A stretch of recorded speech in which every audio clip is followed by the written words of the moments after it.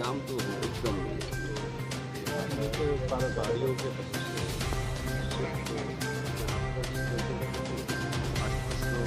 आप बोलते थे आसपास 10,000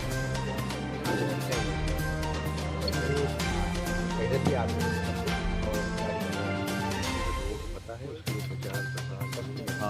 लगा हर समय सूचना हम दिलवा रहे हैं, 11 बजे की नहीं दिलवा रहे हैं, 10 बजे की दिलवा रहे हैं। 100% सक्सेस होगा।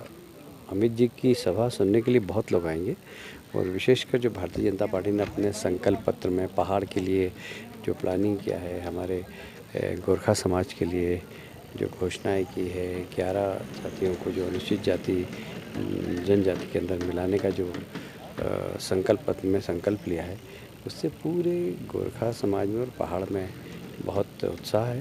और जिस प्रकार डेवलपमेंट यहाँ पर हम करेंगे, जो हमारी प्लानिंग है, जैसा कि हमने आसाम में किया, जैसा कि हमने त्रिपुरा में किया, दार्जिलिंग विकास से वंचित है, तो हम यहाँ डेवलपमेंट भी करेंगे।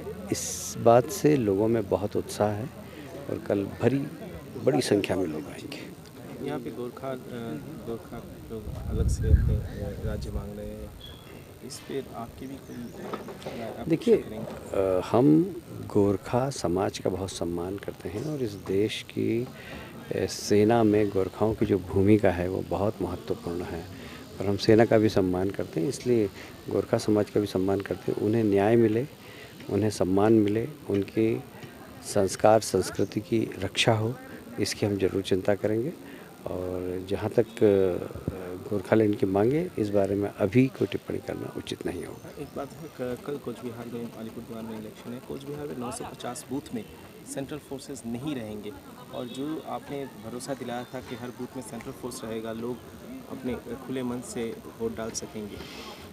मुझे लगता है कि जनता में काफ़ी उत्साह है। जनता खुद सेंट्रल फोर्स की भूमिका अदा करेगी और ममता जी को उखाड़ने के लिए भारतीय जनता पार्टी के पक्ष में मतदान करेगी और आप देखेंगे ये दोनों सीटें भारतीय जनता पार्टी बहुत भारी बहुमत से जीतेगी।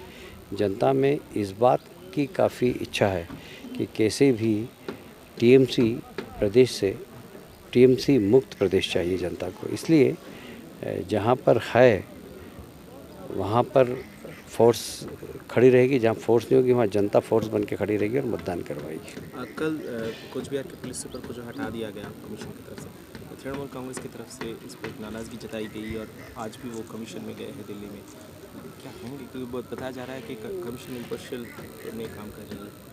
ममता जी को इस देश में कोई भी पारदर्शी दिखता नहीं है, ये उनकी एक विशेषता है। कोई उनको ईमानदार नहीं दिखता, जबकि सबसे ज़्यादा भ्रष्टाचार वो और उनका परिवार कर रहा है।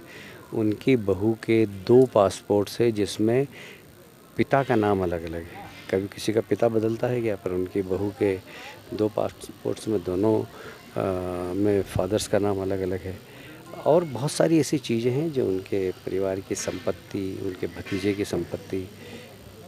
भ्रष्टाचार का सबसे बड़ा यदि पश्चिम बंगाल में कोई परिवार है तो ममता जी का परिवार है, पर वो इस बात को मानती नहीं, बड़े ईमानदारी का डंका बजाती है।